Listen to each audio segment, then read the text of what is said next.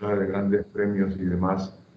Por razones técnicas no podemos apreciarla a ella y algunas diapositivas que hubiese podido presentar. Pero en todo caso, la doctora Agatha Williams es una invitada de lujo y bueno, yo sé que ustedes van a disfrutar de su conferencia. En consecuencia, paso la palabra a la ministra consejera Luz Divina Arredondo, que en este momento va a desempeñarse como moderadora del evento de hoy. Luz Divina. Buenas tardes nuevamente a todos nuestros colegas, tanto del Servicio Exterior como de Cancillería. Saludos también a la doctora Agatha Williams, la cual va a tratar el tema de hoy, que es interculturalidad y construcción del Estado Nacional Panameño. La interculturalidad es la interacción entre culturas, es un proceso que está relacionado con la comunicación entre diferentes grupos humanos con diferentes costumbres, siendo la característica fundamental la horizontalidad. Es decir, con ello queremos destacar que ningún grupo humano está por encima del otro y la misma tiende a la promoción de la igualdad, la integración y la convivencia armónica entre los grupos. Basado en este concepto, que sé que la profesora Agatha Williams, la doctora, lo va a perfeccionar y quizás darle la vuelta a lo que acabo de expresar, quiero destacar que la doctora Agatha Williams es profesora titular, 50% de la Universidad de Panamá, del Departamento de Historia, doctora de la Universidad Complutense de Madrid, España, maestría en Sociología del Desarrollo y posgrado en Bases Teóricas de las Ciencias Sociales, ambos títulos del Instituto de Sociología del Área Ibérica de Madrid, España. Fue secretaria general de la Universidad de Panamá, subdirectora del Instituto de Cultura, INAC, y directora del Patrimonio Histórico Nacional también en el INAC.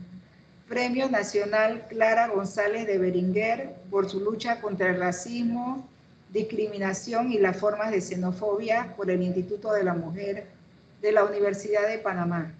Nombrada entre las 100 mujeres por la vida y la dignidad nacional durante el centenario de la República. Con este pequeño esbozo del currículum, porque es bastante largo, queremos darle la palabra y la bienvenida a la doctora Agatha Williams para que comience su disertación sobre el tema de la interculturalidad, como base, como interculturalidad y construcción del Estado Nacional Panameño. Doctora Agatha Williams tiene la palabra. Muy buenos días. ¿Me escuchan?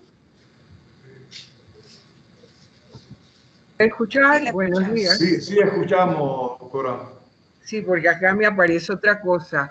Agradecemos esta oportunidad para construir con ustedes nuevos paradigmas sobre la construcción del Estado Nacional Panameño y abordamos un marco teórico desde la perspectiva de las ciencias sociales, analizando un concepto que incorpora hoy día las ciencias sociales, el de interculturalidad. Este concepto tiene que ver con las naciones o grupos étnicos que se mueven en un espacio geográfico y que tienen una comunicación mutua horizontal entre sí. Hay un diálogo entre las culturas, porque las culturas pueden imponerse o puede existir en una sociedad dada una cultura dominante. Eso predomina en nuestros países o en Hispanoamérica, porque nosotros somos producto de un proceso de colonización y conquista donde se imponen modelos culturales y una jerarquización del saber y de la organización del espacio político a partir de la conquista y colonización de América. Entonces nuestros pueblos incorporan este concepto de interculturalidad buscando construir sociedades más democráticas donde haya un diálogo y un respeto mutuo entre las culturas, porque a partir del concepto eurocentrista, a nosotros se nos ha impuesto una realidad distinta que ha creado una subjetividad. Nosotros nos concebimos perfectos en cuanto nos asemejamos al modelo europeo y nuestro pensamiento, nuestra construcción, nuestra cosmovisión ha sido construido en base al eurocentrismo. El modelo ideal es Europa y esa extrapolación de criterios, de conceptos, de paradigmas, de modos de vida han deformado nuestra concepción de nuestra propia realidad. Entonces, ¿qué ha hecho América? América y sus naciones que se construyen sobre un espacio conquistado han luchado por definir su identidad a través de una concepción propia, deconstruyendo el modelo impuesto. Por eso el concepto de interculturalidad ha sido adoptado por los organismos internacionales porque muestran la intención de construir sociedades democráticas donde haya una equidad, donde haya una real participación de las naciones. Las naciones no son homogéneas, ni la cultura tampoco lo es. Es un proceso dinámico. La cultura es una construcción humana. Todos los pueblos tienen cultura. A veces pensamos que hay pueblos sin cultura, o hablábamos, según la concepción del paradigma europeo, de culturas primitivas. Y entonces posicionábamos a las culturas originarias de América en una condición subalterna a la cultura dominante. En el caso de América y en el caso de Panamá, nosotros podemos hablar a ciencia cierta de una cultura dominante, porque su construcción trae el matiz del colonialismo europeo. Se impone una lengua, se impone una religión, se imponen valores y hábitos de vida que eran extraños a los pueblos originarios. La cultura europea se impone a través de la colonización. El colonialismo para América y para Panamá ha sido un trauma porque distorsiona la realidad de nuestra cultura, de los pueblos originarios que conforman la nación panameña. La nación panameña no es homogénea, muestra una rica diversidad y este concepto de diversidad es incorporado en el término interculturalidad. Su propósito es el diálogo mutuo entre las culturas en una posición de equidad, de igualdad.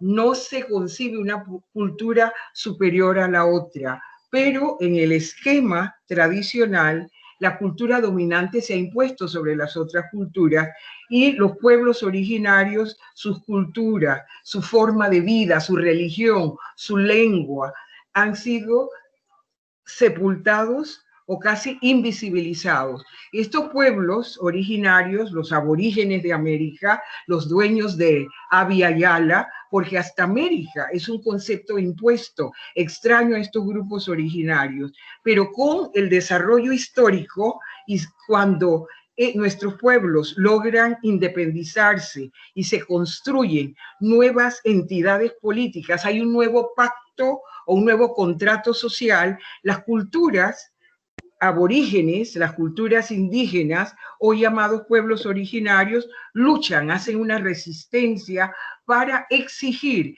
espacios de participación y tratan de construir una sociedad o un modelo político, social, cultural más equitativo, más igualitario. En el caso nuestro de América, nosotros reconocemos tres matrices centrales: las culturas originarias, llamadas culturas indígenas, y la cultura impuesta desde afuera, la cultura europea. En el caso de Panamá, España, que coloniza, descubre, conquista y coloniza este espacio geográfico e impone su cultura, impone su lengua, su religión, que nosotros adoptamos a través de procesos de aculturación, porque este concepto hay que traerlo a colación en esta reflexión que hacemos, porque Fernando Ortiz, etnomusicólogo cubano, lo incorpora en la antropología cultural, porque la cultura europea se impone a la cultura nuestra, la desplaza y nos impone códigos distintos, saberes distintos, y desconoce la autenticidad a la cultura originaria. Luego, con el devenir del tiempo, se introduce otra cultura, las culturas de África, los llamados hoy afroamericanos, y en el caso de Panamá, afropanameños, porque traen una matriz cultural distinta que se resiste, que lucha por sobrevivir, porque son hombres y seres humanos, y las culturas son construcciones humanas, y los seres humanos traen un saber, traen un pensar, traen una cosmovisión, traen un paradigma, una forma de ver la vida de manera diferente, y su cultura en América, o en casi toda América, fue invisibilizada, fue sepultada, y a los pueblos africanos se les desconoce su capacidad de crear una cultura. Esto ha sido un trauma que a los pueblos conquistados se les impone en el colonialismo a través de un proceso de colonización que es común en toda América, y sabiamente decía Fanon, Frantz Fanon, el psiquiatra y sociólogo martiniqués, estos pueblos conquistados, él los llama los condenados de la tierra, porque son pueblos inmensamente ricos en su quehacer cultural, en su cosmovisión, y su cultura fue borrada, casi invisibilizada, y se les negó algo que dice Fanon, que es un derecho fundamental, un derecho humano, el derecho a ser seres humanos creativos, capaces de crear cultura, que ayudan a la construcción de lo que llamamos hoy la cultura universal. Ese concepto de universal tendríamos que analizarlo y cuestionarlo a su vez, porque esa universalidad se impone ¿desde dónde? Desde la concepción europea, y eso pienso que es un paradigma que tenemos que desconstruir para comprender y tener una internalización del valor de las culturas que se integran en estos espacios geográficos nuevos, como lo es América y como lo es Panamá. En el caso de Panamá es un caso singular, porque Panamá tiene una rica diversidad étnica, una rica diversidad cultural. En este caso de Panamá, nosotros pudiéramos contraponer dos conceptos: el concepto de interculturalidad que se ha ido construyendo y el concepto de aculturación. Para lograr conciencia de quiénes somos, es necesario que analicemos estas dos concepciones. ¿Existe interculturalidad en nuestro país? ¿Nuestras culturas es homogénea o se ha impuesto una cultura dominante? En cuanto que nosotros hemos ido construyendo un concepto de nacionalidad, de nación, de pertenencia, una construcción de una identidad cultural diversa, no homogénea, hemos ido deconstruyendo ese viejo paradigma que plantean los teóricos de la decolonialidad. Hemos tomado conciencia de que nuestra nación es heterogénea, es diversa, y a través de la participación, a través de la lucha y la resistencia de los pueblos que se incorporan a este nuevo concepto de universalidad, entonces han logrado un espacio de participación. Vemos las culturas aborígenes, las culturas hoy llamadas originarias, los Nobes, los Emberá Huaunán del Darién, los Bribri de Bocas del Toro, los Bogotá,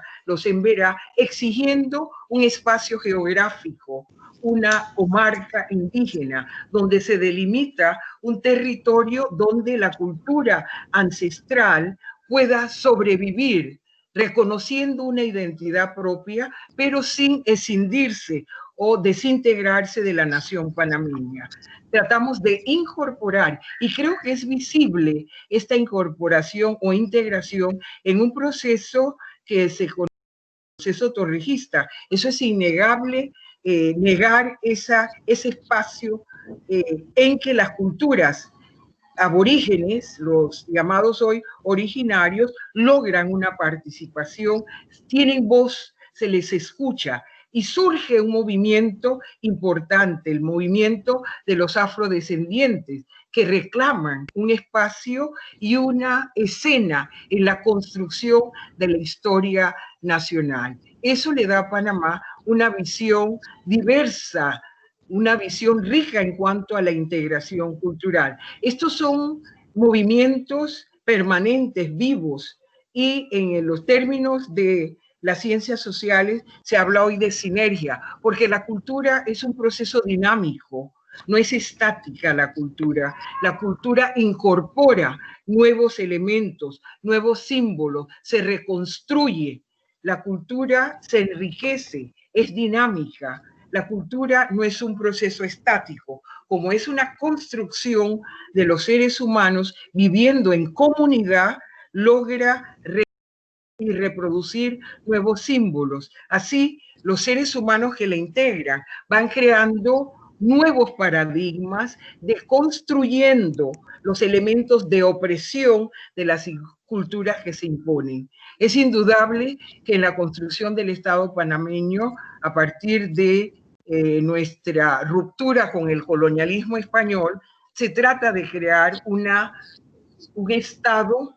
Estado que algunos dicen que está en proceso de perfeccionarse porque hay elementos que la han, diríamos, desvirtuado o debilitado la presencia de los poderes hegemónicos. Panamá juega un papel importante en la construcción de la historia universal. Su mirada al Pacífico, al Océano Pacífico, nos abre a la universalidad. Este concepto no ha sido valorado justamente dentro de nuestros saberes.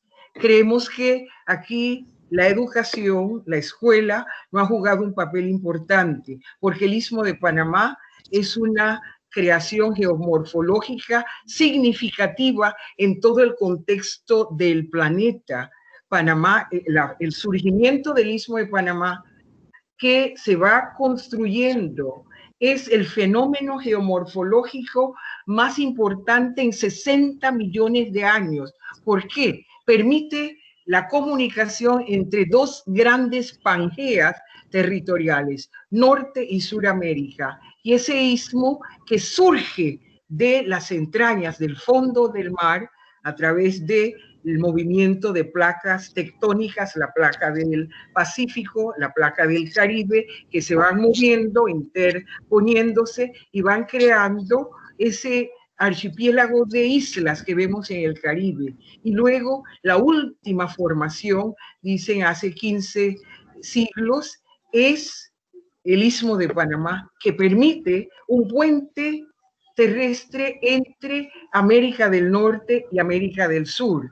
Y en términos de los paleontólogos, crea ese intercambio de una rica diversidad, el intercambio entre estos dos continentes. Se intercambian flora y fauna, y enriquece esto y modifica el clima del planeta, modifica específicamente el clima de América del Norte, que se hace más cálido, más húmedo. Las corrientes del Golfo del Pacífico, al dividirse los océanos, el Atlántico, al norte de nuestra configuración geográfica, porque nosotros somos un país marítimo y no miramos al mar. Hay una negación de esta realidad que se ha ido construyendo y desconociendo en nuestra conciencia nacional. Nosotros hemos permitido la división de ese profundo océano que era único, el Atlántico al norte de nuestra geografía y el profundo océano Pacífico, que cambia las corrientes oceánicas del mundo, modifica el clima y crea nuevas precipitaciones. Y el homínido cambia su forma de vida. Panamá ha jugado en el planeta un papel significativo, fundamentalmente importante, y lo ha hecho un país geopolíticamente, un espacio geográfico significativo, importante. Decía el teórico Mehan, que el dominio del mundo está en el dominio de los mares, y Panamá ha permitido la comunicación interoceánica. El descubrimiento del Océano Pacífico ocurre en esta zona geográfica. El Pacífico, divisamos el Pacífico a través de la conducción de los grupos aborígenes que dirigen a Balboa hacia ese mar Allende. Es el Océano Pacífico que circunda el planeta e integra los otros océanos, riquísimo en su flora y fauna submarina. Significativamente importante Panamá, geopolíticamente codiciada a través de los procesos de lo que se llama la modernidad. Y nosotros creo que en nuestra conciencia de panameños no lo tenemos aquí presente. Es necesario una construcción de un paradigma significativo que pueda unificar a la nación panameña con una clara conciencia de cuál es su rol geopolítico. Por eso están aquí los intereses de los poderes hegemónicos. España en su momento la denomina Castilla del Oro, la muy noble y leal ciudad de Panamá, por donde transitan las mercancías, el oro, en la época de la colonia, las ferias del Portobelo, diríamos, la actividad económica más importante para la corona española. Tenemos esa posición privilegiada que ha permitido la comunicación interoceánica y ha modificado el sistema mundial, el económico. Salimos de un mercantilismo hacia una concepción capitalista de la economía, y el Istmo de Panamá jugó allí un papel importante. El trasiego de las mercancías, el oro del Perú, la conquista de Centroamérica se organiza desde Panamá, ciudad importante para la corona española desde el Pacífico, ciudad geoestratégica, ¿verdad? Nombrada sabiamente Castilla del Oro. Representa en esta concepción del universo, de este mundo universal que hoy llamamos globalización, un lugar fundamental para ese tránsito, para ir y venir de un océano a otro, para ser receptáculo de todo este intercambio, no solamente de mercancía, sino de ideas. Y conversando con mi amigo, el doctor Spence, decía, yo a mis alumnos les decía, Panamá es una Atenas sin Pericles, tiene el lugar estratégico como Atenas en el Mediterráneo, tiene los puertos importantes. En la colonia se transita de Nombre de Dios a Panamá, posteriormente Portobelo, Panamá, los galeones atracan en Portobelo y se intercambian las mercancías y los seres humanos. Es zona de intercambio, de tráfico de esclavos, con su asiento de los portugueses en Portobelo. Entonces, este istmo ha jugado un papel significativo. Posteriormente, se gestan las independencias en esa concepción de ser una entidad política independiente, autónoma, que nosotros logramos concretar con las gestas independentistas de todo el siglo XIX, 1830, el de 1831, 1840, el del general Tomás Herrera, significativo. Se nombra el Estado Libre del Istmo, con una constitución, con una concepción clara de independencia política, de soberanía. Luego se perfecciona en 1850 con el Estado federal, del pensamiento del gran jurista y Justo Arosemena, una concepción clara de la nacionalidad, pero por algún motivo hay en los panameños la concepción de que es un espacio muy pequeño, no puede sobrevivir sola y tiene que anexarse a otro poder más fuerte, más, diría yo, más poderoso sería para sobrevivir. Esto pervive en la concepción de nuestra identidad. Nos negamos a ser totalmente independientes y nos anexamos voluntariamente a Colombia, ¿verdad? Un acto voluntario de los panameños. En esto, el historiador y el maestro Soler hablaba de que estas creaciones políticas no son de la total participación de toda la población o la nación panameña. Hay un grupo que juega este destino de los panameños. Él llama sabiamente la burguesía de la zona de tránsito, y se crean entonces distintas realidades en este espacio geográfico. Hay un Panamá que se define en la zona de tránsito, y se llama la ruta transitista, donde a lomo de mula, a través del río Chagres, se logra la interoceanidad.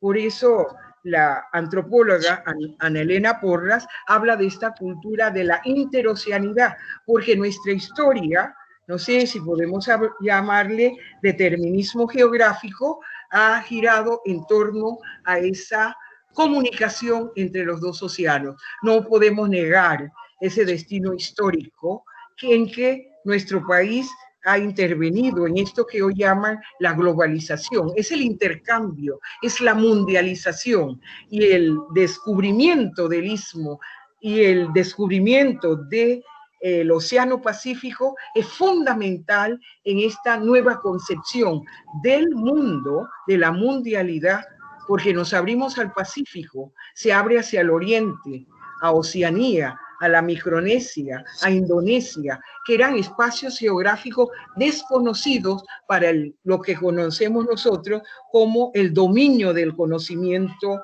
universal.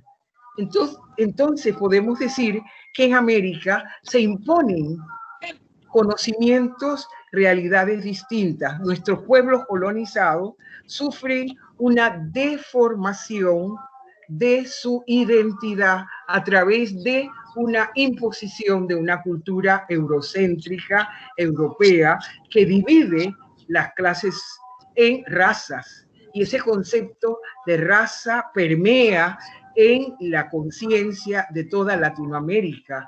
Los amerindios, los dueños o poseedores de Cunayala, se llamaron indios cuando no eran indios. Hoy le llamamos grupos originarios, porque son los antiguos pobladores de América.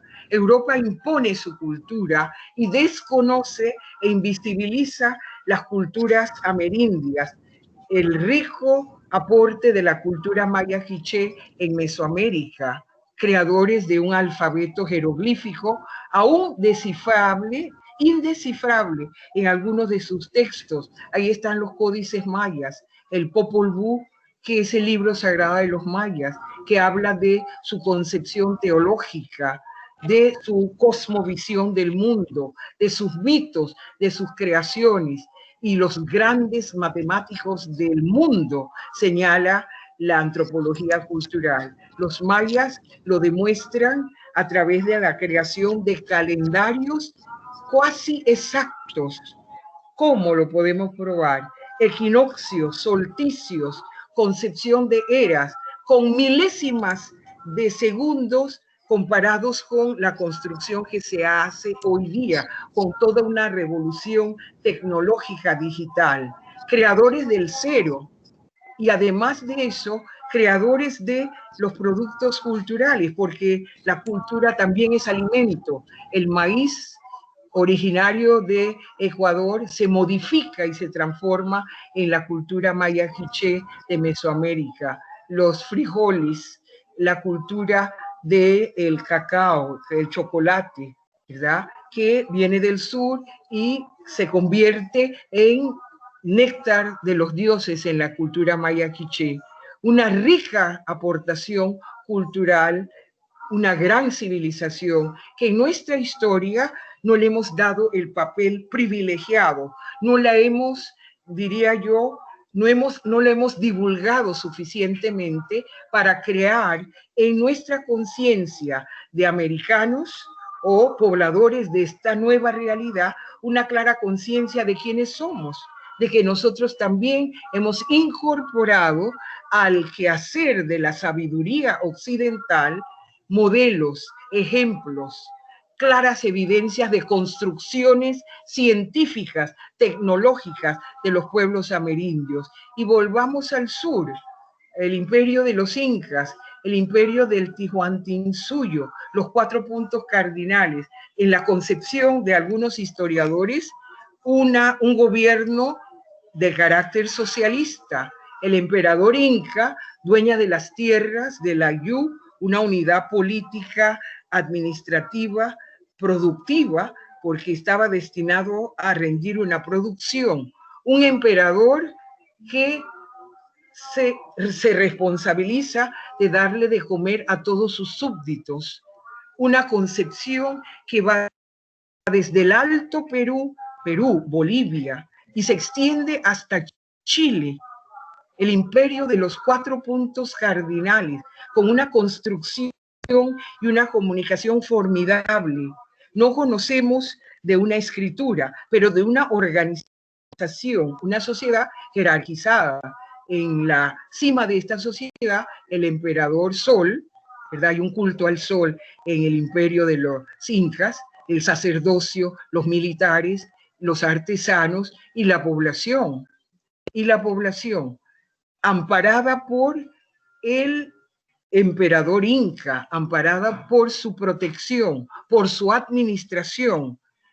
Ellos crearon, en ciencia podemos recordar las trepanaciones, operaciones del cráneo, que hoy son evidentes en los cráneos que encontramos. Eso es un conocimiento elevado de la medicina, que hoy todavía no se practica en nuestras salas de operaciones. Son aportes de nuestros pueblos amerindios y de las culturas intermedias. En el caso de Panamá, tiene la cultura cerámica más antigua de América, la cultura monagrillo.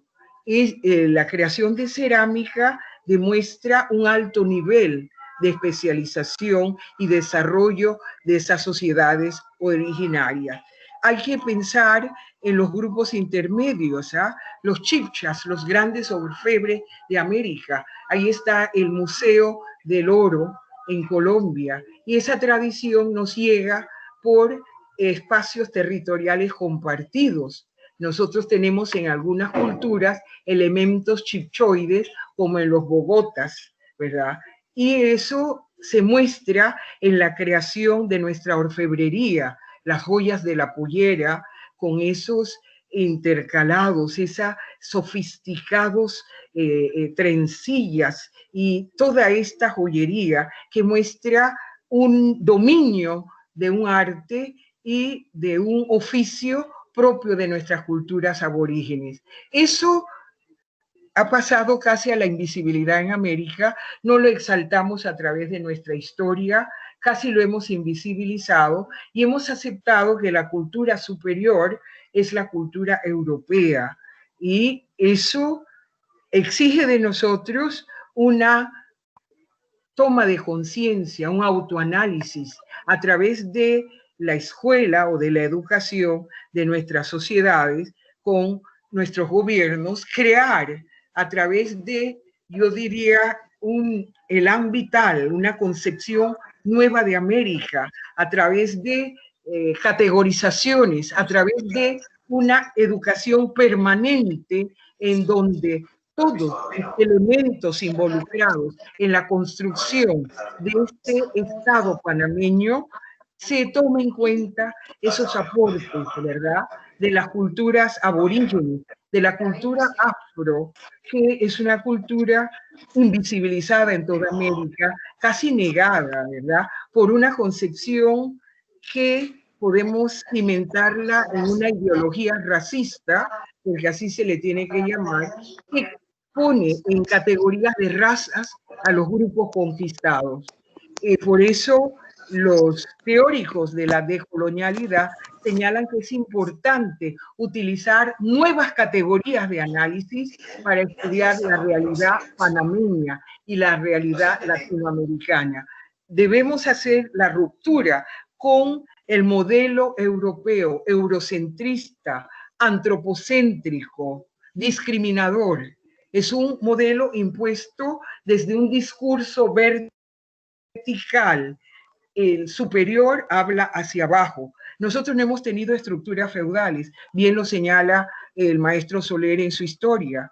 Entonces, se habla de un modelo de producción de despotismo asiático. Hay sociedades jerarquizadas, pero en el caso de Panamá hubo cacicazgos, no se habla de grandes desarrollos civilizatorios, pero se habla de poblaciones indígenas con un alto nivel de organización. Se habla de el Señor del Darién.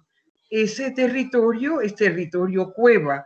Poco conocemos de la cultura cueva, la cultura de la resistencia, los que se enfrentan a los españoles y entablan una lucha encarnizada. Esa cultura casi ha desaparecido y entendemos que los cuevas habitaban casi todo el istmo de Panamá y el señor del Darién extendía sus dominios desde el Darién hasta Capira, señala la historia o la etnohistoria de Panamá. Esto no está bien explicado, no está bien divulgado en nuestra concepción histórica. Nuestras comunidades indígenas, Cunayala, con una concepción cooperativista de la tierra no se vende, no se enajena, pertenece a la colectividad. Hay un espíritu profundamente comunitario en estas culturas aborígenes, en estas culturas que llamamos nosotros las culturas ancestrales que habitaron esta tierra. Hay una resistencia indígena que podemos escenificar en la lucha de Urracá, un símbolo indígena importante, ¿ah? Al celebrarse, nosotros al celebrar el 5º centenario del descubrimiento del Mar del Sur, hacíamos una protesta con los estudiantes. Urracá presente con la moneda. ¿A dónde lo hemos puesto? En el centavo, ¿ah? La moneda de menor valor y una figura tan emblemática, tan heroica como Urracá indómito, luchando por décadas contra el colonialismo español. Esa figura la hemos subestimado. Dicen que a principios del siglo aparecía en el Parque Urracá y la enviaron allá a Veraguas, ¿ah? A la Normal. Por allá está Urracá, que casi no aparece. ¿Ah? La resistencia de Comagre, de Panquiaco, de los indígenas que no aceptaron dulcemente la conquista y colonización de sus tierras, y que hay una añoranza en sus bailes, en su música, la nostalgia de haber perdido la Pachamama, como dicen los indígenas, la tierra, la madre tierra, con la que, según su filosofía y su cosmovisión, ellos tenían una empatía, una entelequia, un diálogo permanente, conservando sus campos, su vegetación, estudiando el ciclo de sus lluvias y preservando la naturaleza con la que convivieron en íntima comunidad. El tercer elemento, diríamos nosotros, hay otro elemento, el indomestizo, que nosotros llamamos el cholo, representado en la figura, diría yo, emblemática también de Victoriano Lorenzo, ¿ah?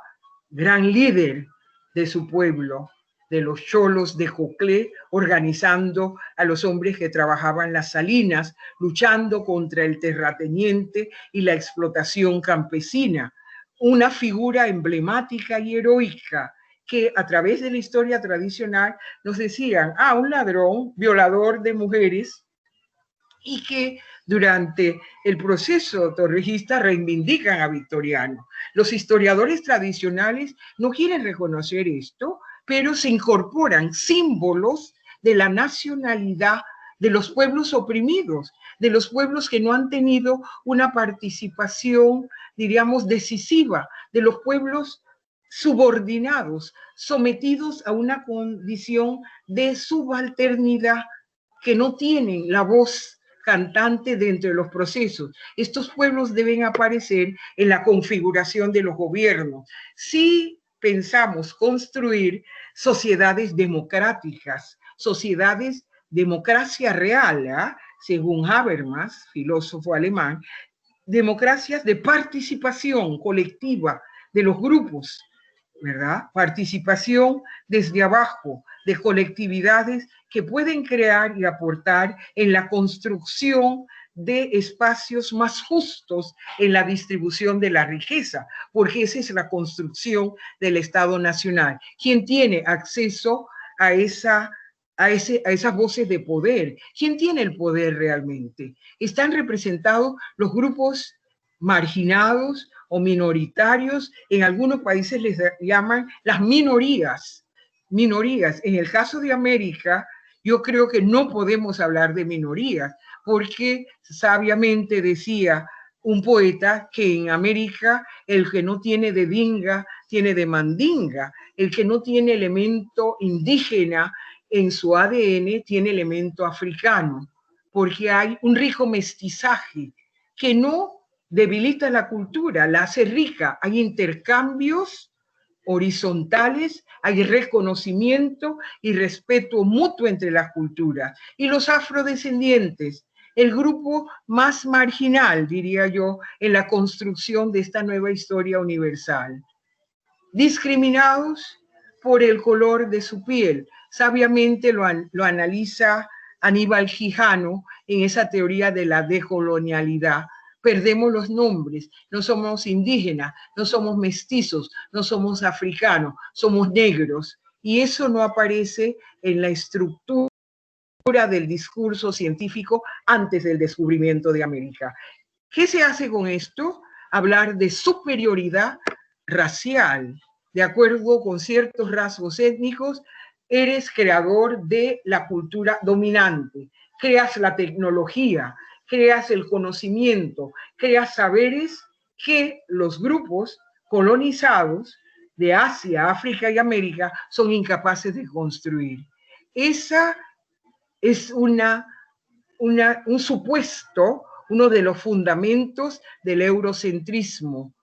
Hipótesis que hay que deconstruir, teoría que hay que desmitificar, construyendo la conciencia a través de un enfoque diferente de la historia, de cuál es nuestra realidad. Un enfoque que integre, ¿verdad?, el aporte de todas las culturas, la valoración significativa de las culturas amerindias, la valorización de los afrodescendientes, que en Panamá están en toda la geografía. La profesora Minta Núñez trabajaba un mapa sobre los pueblos negros o los pueblos afrodescendientes. Nosotros perdimos el nombre de africanos y fuimos llamados negros, prietos, en Panamá chombos, merolos, huacucos, conceptos denigrantes, conceptos racistas. Y en un momento en la construcción política se piensa en una constitución de 1941 de concepción fundamentalmente racista. Se habla de grupos indeseables, de razas indeseables, y en eso los negros, y fundamentalmente los negros antillanos, los trabajadores de las Antillas, que en la construcción de este Estado Nacional son una fuerza de trabajo significativa en los proyectos económicos importantes, la construcción del ferrocarril. Ahí estuvieron los obreros de Jamaica, la construcción de este ingenio, este monumento a la tecnología, la construcción del canal de Panamá, que tuvo en su base obrera 75% más o menos, dicen historiadores norteamericanos, David McCullough, El sendero entre dos mares, que la fuerza de trabajo era de los obreros antillanos, los excavadores, los que estaban, los dinamiteros, los que limpiaban, los que tiraban el dieldrín, los que fumigaban, los que cortaban las hierbas, eran obreros de tez negra. ellos sufrieron la discriminación racial, se les llamó un poco integrados a la cultura nacional. Era un grupo de obreros que vino con un contrato y pensaban repatriarse, muchos. Otros pensaron quedarse en Panamá y construyeron. Recordemos los barrios obreros del Marañón, de Huachapalí, de San Miguel, donde vivió esa comunidad antillana, con sus zapaterías, con sus talleres de sastres, por todo lo que se conoce como la calle Estudiante hasta la iglesia de San Miguel. Los sastres con sus cintas métricas sobre sus cuellos, con sus figurines moldeando esos vestidos, esos sacos, esos pantalones. Fueron trabajadores, las barberías, ¿verdad? Las mujeres que crearon talleres de costura, la calle M, que iba a conducto hacia la zona del canal, muy conocida en Caledonia. Y las mujeres que trabajaron llevando sobre sus cabezas las cestas de carbón y jalando a los obreros en el corte de Culebra. Hay un aporte significativo del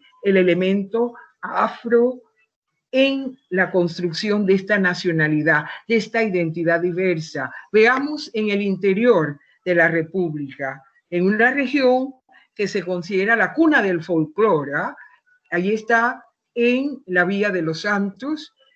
Dicen que la esencia del folclore tiene elemento africano. El tambor es un instrumento de música universal, pero el tambor que se introduce en Panamá es el tambor africano. Es el tambor que marca el ritmo, que marca el sentido de la música y está presente en nuestros bailes típicos, el tamborito, hay tambor ucueño, hay tambor santeño, y la cumbia que tiene distintos matices, que muestra el movimiento cadencioso de las mujeres negras y es una invitación a disfrutar de la danza. Es un sentido del cuerpo que malamente han interpretado como una vulgaridad. Esta motivación armoniosa del ritmo y el cuerpo propio de la conciencia africana. Y en Los Santos, la Villa de los Santos, seno de una rica cultura, indudablemente está el Saracundé. Es una danza de guerra africana. Los antropólogos y etnógrafos norteamericanos que han venido a Panamá y los africanos se han sorprendido de ver elementos africanos tan fuertes, permanentes en nuestra cultura, que no es solamente esto de la comida, porque hay una extrapolación, hay una cultura de la esclavitud que no es propia de África y se quiere tipificar como parte de la africanidad.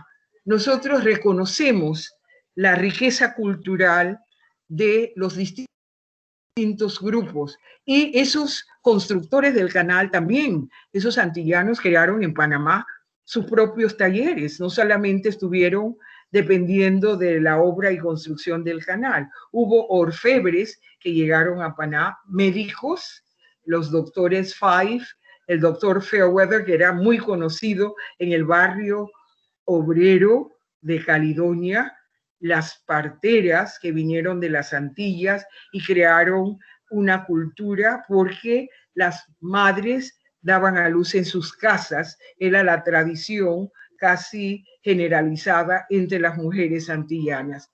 Hay una contribución rica en cultura cotidiana, la cultura oral, que es propia de los pueblos africanos, que nosotros intentamos rescatar en esa construcción de una cultura integral, una cultura que en realidad muestre los matices de todas las naciones que integran esta heterogénea población, que no es una población como queremos pensarla, española y blanca.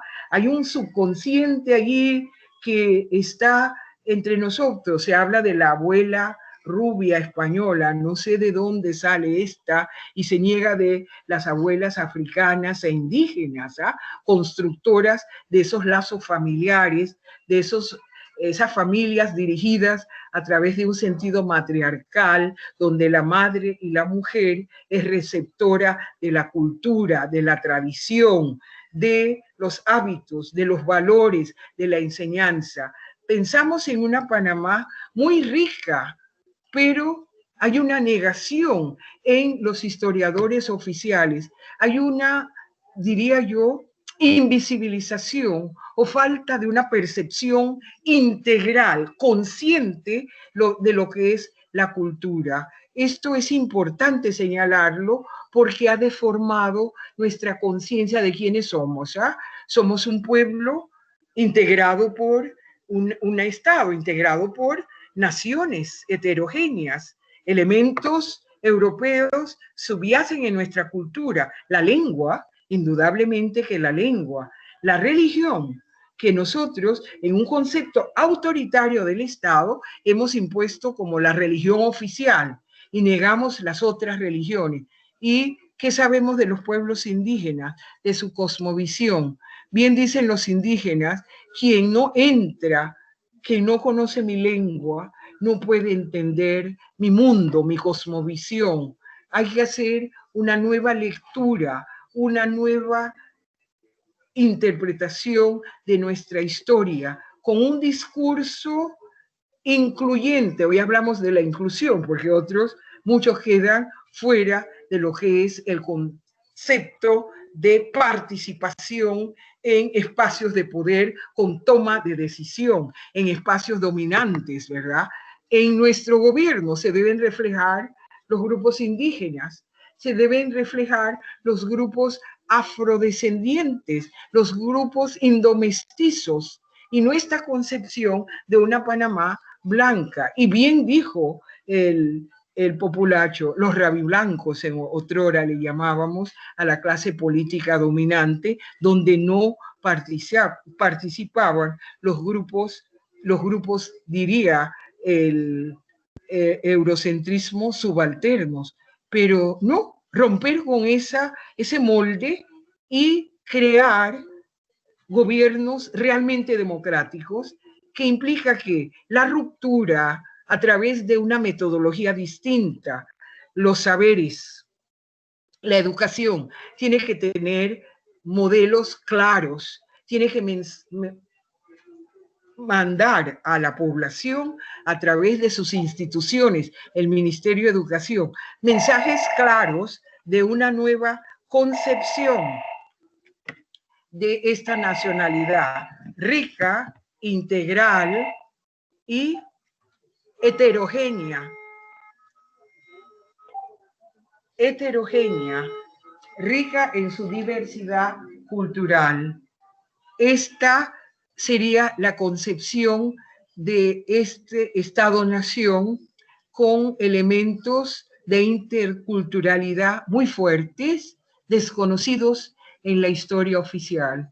A nuestros gobiernos les toca rehacer esta cosmovisión solamente a través de la educación, una educación integral, científica, con una participación plena de los grupos subordinados, de los grupos sometidos a la marginalidad tan evidente en estos momentos de crisis de salud pública, ¿verdad? Un país tan rico, con una posición geopolítica envidiable, una posición geopolítica que no hemos estudiado bien o que no hemos divulgado bien o no hemos negociado bien, mirando hacia otras latitudes, con inversiones económicas que resguarden el patrimonio económico de Panamá. Nuestras grandes industrias han sido vendidas y bien sabiamente decía el maestro Chembarría, hay una colombianización de nuestra economía. Nuestras industrias, Pascual, la Cervecería Nacional, la Bonlac, Estrella Azul, eran industrias nacionales que debieron ser cooptadas por el Estado con una participación conjunta para reservar capital, para generar empleo, para garantizar riqueza y dejarnos de pensar en la inversión extranjera, resguardando ese patrimonio económico que le da solidez al país, al Estado Nacional.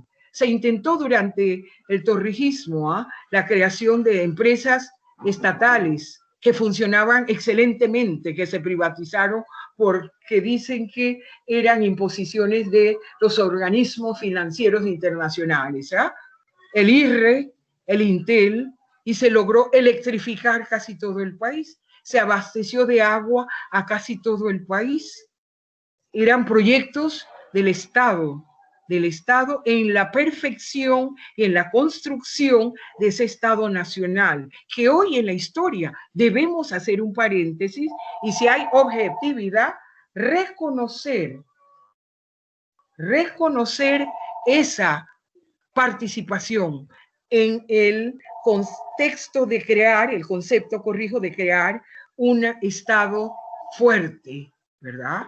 Un Estado económicamente independiente. Pudiéramos haber retomado a raíz del gobierno estos proyectos económicos y hacer, como dicen en inglés, una participación conjunta, Estado, participación privada, con una administración eficiente, con una administración de la que somos capaces. ¿Por qué esta idea de la negación, de que no somos capaces de hacerlo? Cuando se ha probado, hay científicos panameños mostrados y probados en el mundo entero.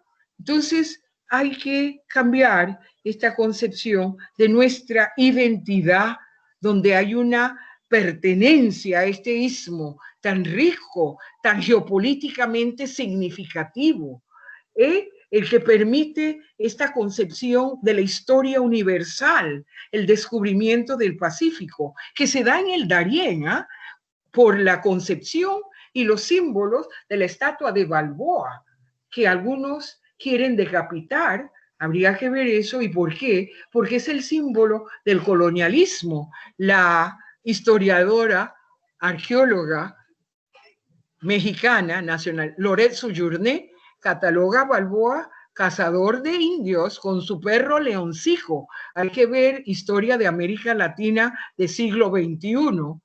Se desvirtualiza la figura simbólica de Balboa, que para algunos es el símbolo y el modelo de nuestro heroísmo.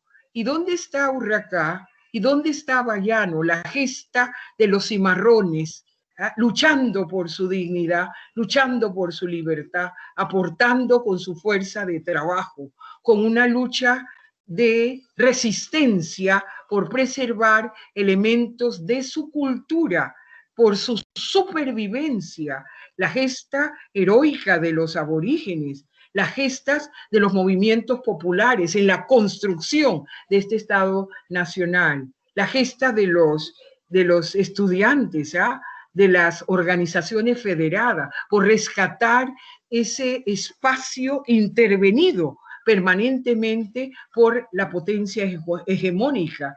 Esa lucha nos une y nos hace una nación. Tenemos que replantearnos futuras luchas con concepciones nuevas que reivindiquen a estos grupos marginados, panameños como cualquiera, reconozcan su panameñidad. Yo le decía a mis indígenas, a mis estudiantes indígenas, orgullosamente en Verá, dígalo, usted es de los grupos llamados originarios, no lo niegue, orgullosamente afrodescendiente, orgullosamente indomestizo, orgullosamente descendiente de Victoriano Lorenzo, de Antón Mandinga, de Luis de Mozambique, herederos de un ideario político de Justo Arosemena. No vamos a negar esto, de los constructores de la historia, de Tomás Herrera, que concibe el Estado libre del Istmo,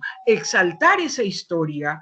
Eso es necesario en la construcción de una nueva conciencia nacional que va a fortalecer la identidad y no repetir, con respeto a los sabios historiadores tradicionales, el principio en que se fundamenta el eurocentrismo y la subordinación de nuestros pueblos que construyen la patria con el trabajo y el esfuerzo cotidiano, los campesinos, el obrero, los estudiantes, las amas de casa, las mujeres sometidas a maltrato, a femicidios. Tenemos que crear una sociedad más equitativa, más igualitaria en discursos. Esto debe surgir de la base de los movimientos populares y solamente un enfoque diferente de la educación a todos los niveles y empezando por el nivel inicial. Podemos nosotros reconstruir esta patria noble que le brinda al mundo su posición geográfica y reclama su posición, su reconocimiento, su integridad y su orgullo de ser una nación diversa, pero que pretende la interculturalidad. Gracias. Gracias, profesora, por esta extraordinaria exposición. Nos quedan un espacio de 5 minutos para que los participantes puedan dirigir a usted las preguntas sobre este tema de interculturalidad y construcción del Estado Nacional Panameño, destacando nosotros cómo la democracia, la participación colectiva contribuyen en la construcción del Estado Nacional, y sobre la base de esta diversidad tan importante y tan destacada y tan singular que tiene Panamá. Entonces le dejo la palabra a nuestros compañeros para que puedan empezar tanto a nivel de micrófono como del chat, a formular sus preguntas o sus comentarios si no hay preguntas. Adelante, el que tenga alguna duda o quiera hacer algún tipo de observación.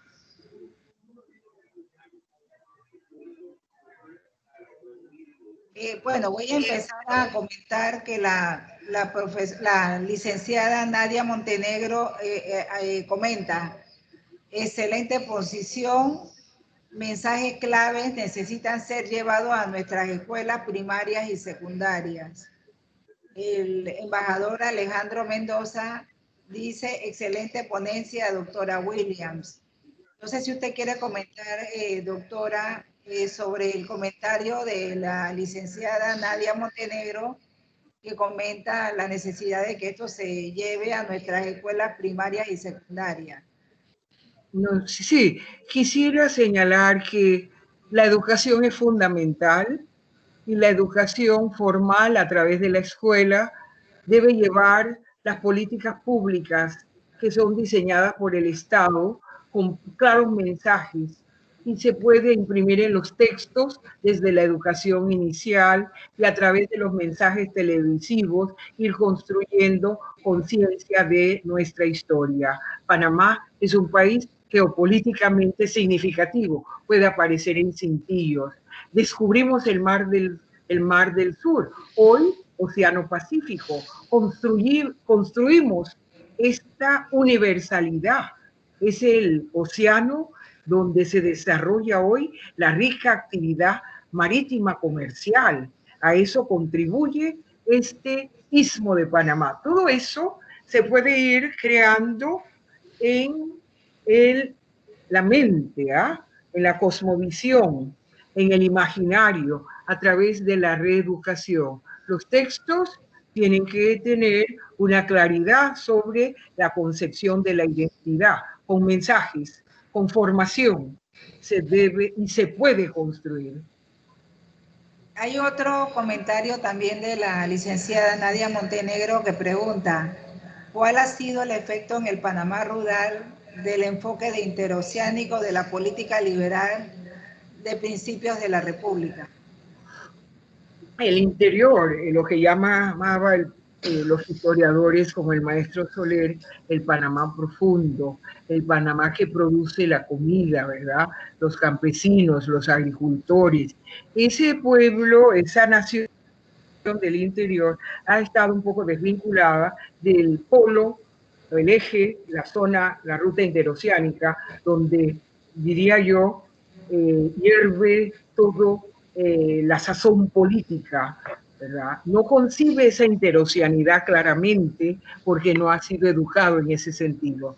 Esa población tiene un concepto muy propio de la nacionalidad, aferrados al terruño, al quehacer de la tierra, a los símbolos del folclore y en alguna medida a una distorsión de su papel importante en la construcción de ese tesoro nacional, luchando contra los terratenientes y latifundios, luchando por tener un pedazo de tierra que cultivar y una forma de agricultura de subsistencia, sin la tecnología, sin incorporarlos a procesos productivos tecnológicamente orientados, ¿verdad? Eso se intentó con los asentamientos campesinos. Hay otras formas de organización para sacarnos de esta, mire la lucha de los cultivadores de cebolla, de los arroceros, de los productores de las industrias lácteas, con préstamos onerosos o sin ellos, sin una atención y una dirección y apoyo fundamental del Estado. Si se produce lo que se come, el Estado se hace autónomo, se hace autosuficiente.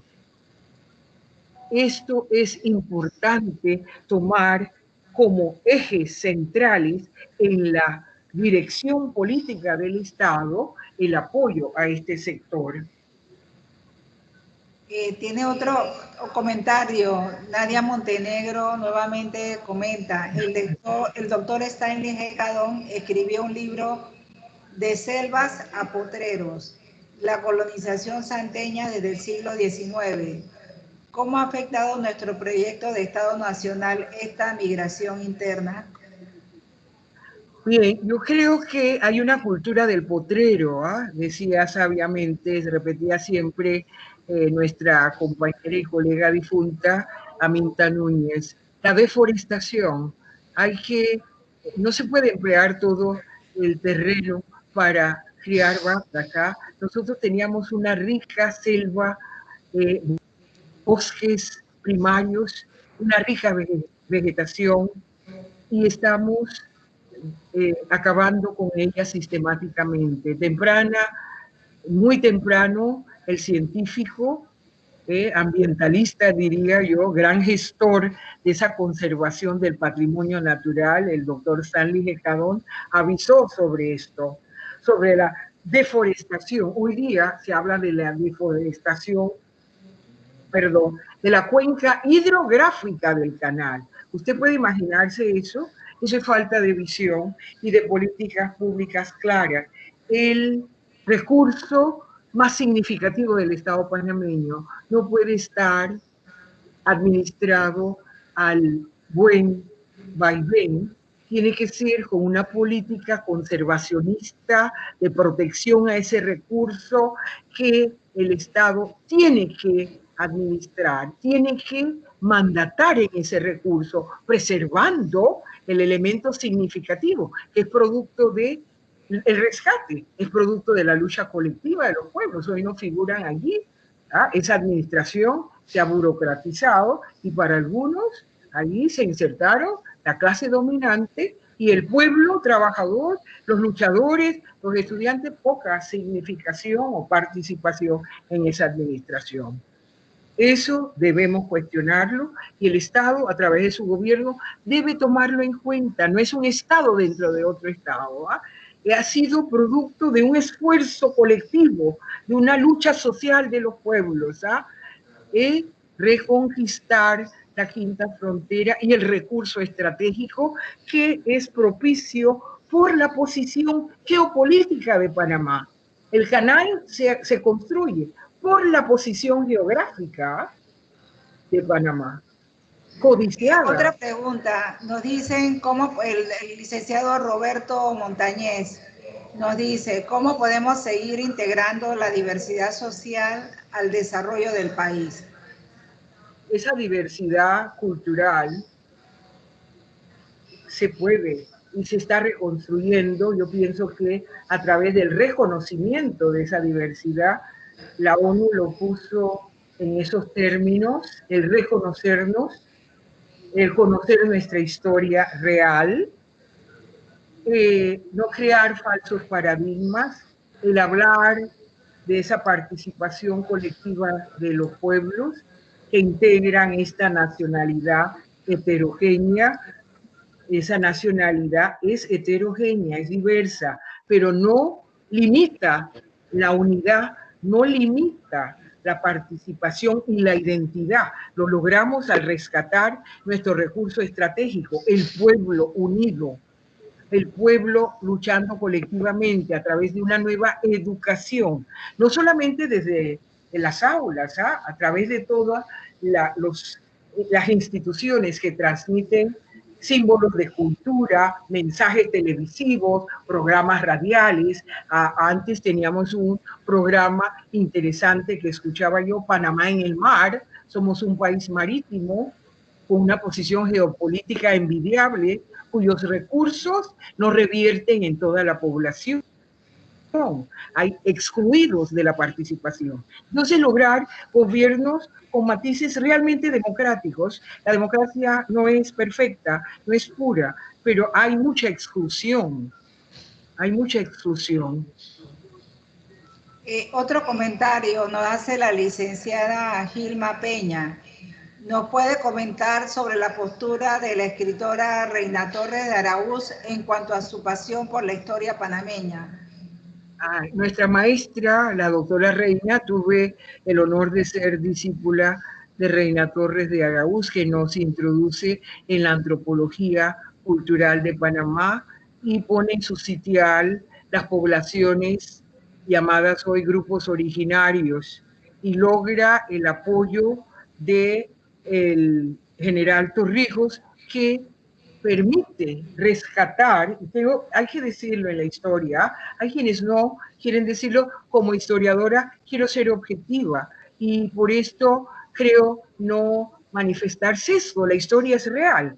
La doctora Reina Torres de Araúz logra, con el apoyo del gobierno de turno, rescatar los museos, construir y hacer las investigaciones sobre los grupos originarios, sobre su aporte cultural, sobre su construcción de esa cultura autóctona, rescata los sitios arqueológicos importantes, ella es fundadora del Museo del Hombre Panameño, que ha pasado casi al olvido. Ese museo hay que rescatarlo, hay que establecer negociaciones para rescatar de los museos del exterior, donde se han llevado elementos arqueológicos significativos, la rica cerámica de la cultura coclé, de la cultura monagrillo, siquiera creando facsímiles con negociaciones con estas instituciones de cultura, porque ese es nuestro patrimonio,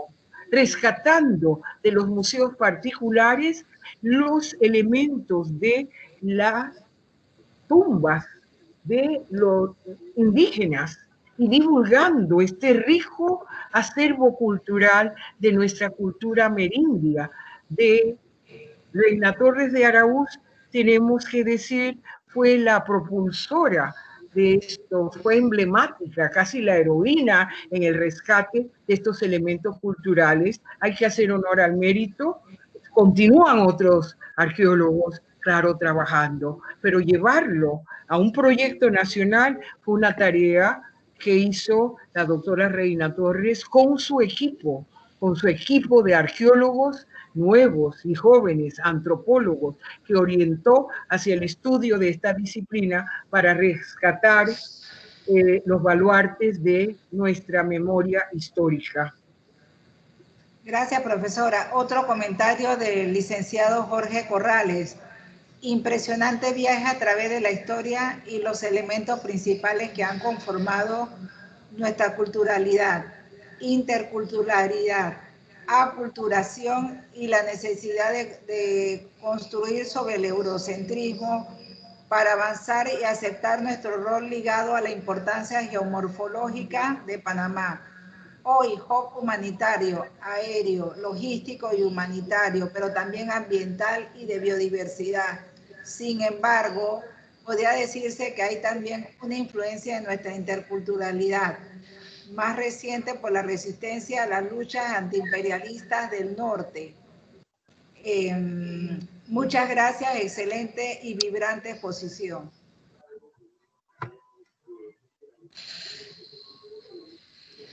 No sé si tiene algún comentario sobre este comentario. Gracias, agradecerle al colega esas palabras. Esperamos construir y dejar inquietudes con estas reflexiones. Es para crear, abrir estas conciencias, necesaria la apertura a una clara concepción de nuestra identidad. Un país marino, caribeño, con una rica diversidad cultural, con luchas sociales y políticas, definiendo siempre su identidad política, su identidad cultural, una lucha permanente de los pueblos indígenas, afrodescendientes, indomestizos y de todo una nación que de manera permanente construye y lucha por definir esa identidad. La tiene, debe ser consciente de ella. Aristóteles García, el licenciado Aristóteles García comenta: doctora Williams, ¿podemos pensar qué parte de la problemática del desarrollo de los barrios Panamá es principalmente la inexistencia de una burguesía criolla, puesto que carecemos de ella? El doctor Marco Gandásegui, en su libro Grupos Humanos, Clases Sociales y Élites, retrata esa realidad. Los partidos post-invasión solo han servido para servirse y acrecentar las riquezas del sector empresarial de Panamá. Y repito, no la burguesía. Para que exista una burguesía, los empresarios se enfrentan al mercado local, compiten y defienden el sector interno del externo. La teoría de la decolonialidad, con el manejo, la construcción teórica de Aníbal Quijano y Walter Miñolo, Fanon, nos señala el esquema para analizar América. El marco teórico tiene que ser distinto. Nosotros no tenemos la burguesía como la burguesía europea. Nuestra realidad es una realidad diferente. Y con esos constructos o con esas formas de teorización, creemos que ahí, dicen los teóricos sabidos en teoría política sobre América Latina, ahí está el error de nuestra realidad. Analizarla desde la óptica europea, cuando en América hay naciones y pueblos distintos. No respondemos a un feudalismo, no respondemos a esa teorización o periodización de la historia tradicional que sigue un marco europeo. En nuestras realidades han surgido organizaciones populares con elementos revolucionarios propios. Los marcos teóricos, que son ciencia, se estudian, se analizan, pero se desconstruyen para analizar nuestra realidad, que es una realidad distinta a la realidad europea. Los sabios señalan que allí está nuestro grave error y cómo evadirlo si se impone una hegemonía del saber, un marco teórico en donde desde afuera nos dicen que somos países ahora antes del tercer mundo, antes subdesarrollados, emergentes, colonizados y todos los otros nombres impuestos desde afuera. Por eso surgen los teóricos que ven en América y en los pueblos colonizados toda una manera distinta de entender y ver el paradigma. Y eso los maestros, los académicos, los investigadores, tenemos que internalizarlo. El profesor Gandásegui, el gran teórico amigo, ya fallecido, ha sido un constructor permanente de esa conciencia nacional.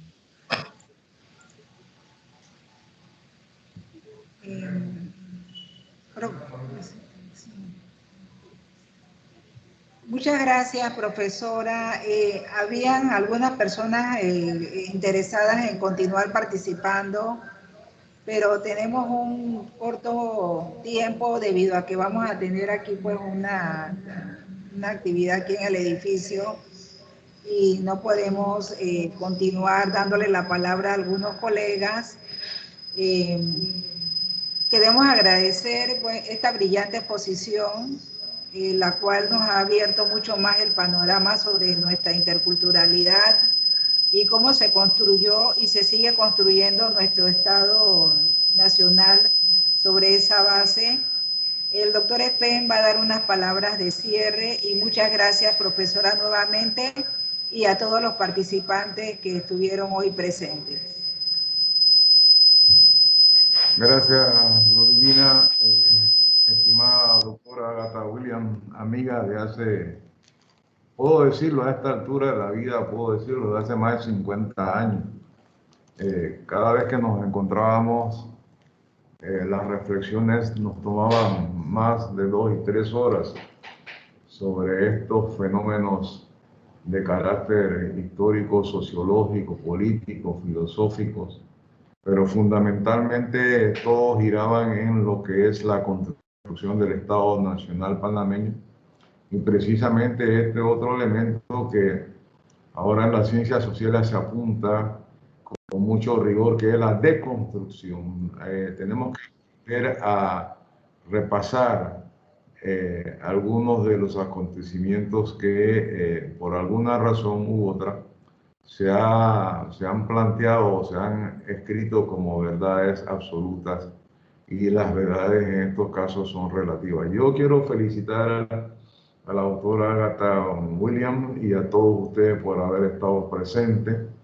Ella es una formadora de juventudes, es una de las profesoras, me consta, más queridas por los estudiantes de la Universidad de Panamá, porque en ella encuentran precisamente esa voz, esa conciencia que les sirve para poder consolidar esa figura del ser nacional panameño. Sabía que esto iba a causar la participación de la doctora Agatha Williams y sí me comprometo con ustedes. De hecho, la estoy comprometiendo a ella con la seguridad de que va a aceptar para que en otra oportunidad pueda conversar con nosotros sobre estos y otros temas. Entonces, nuevamente, gracias a todos. Buenas noches, buenos días, buenos mediodías y que pasen bien. Saludos a todos.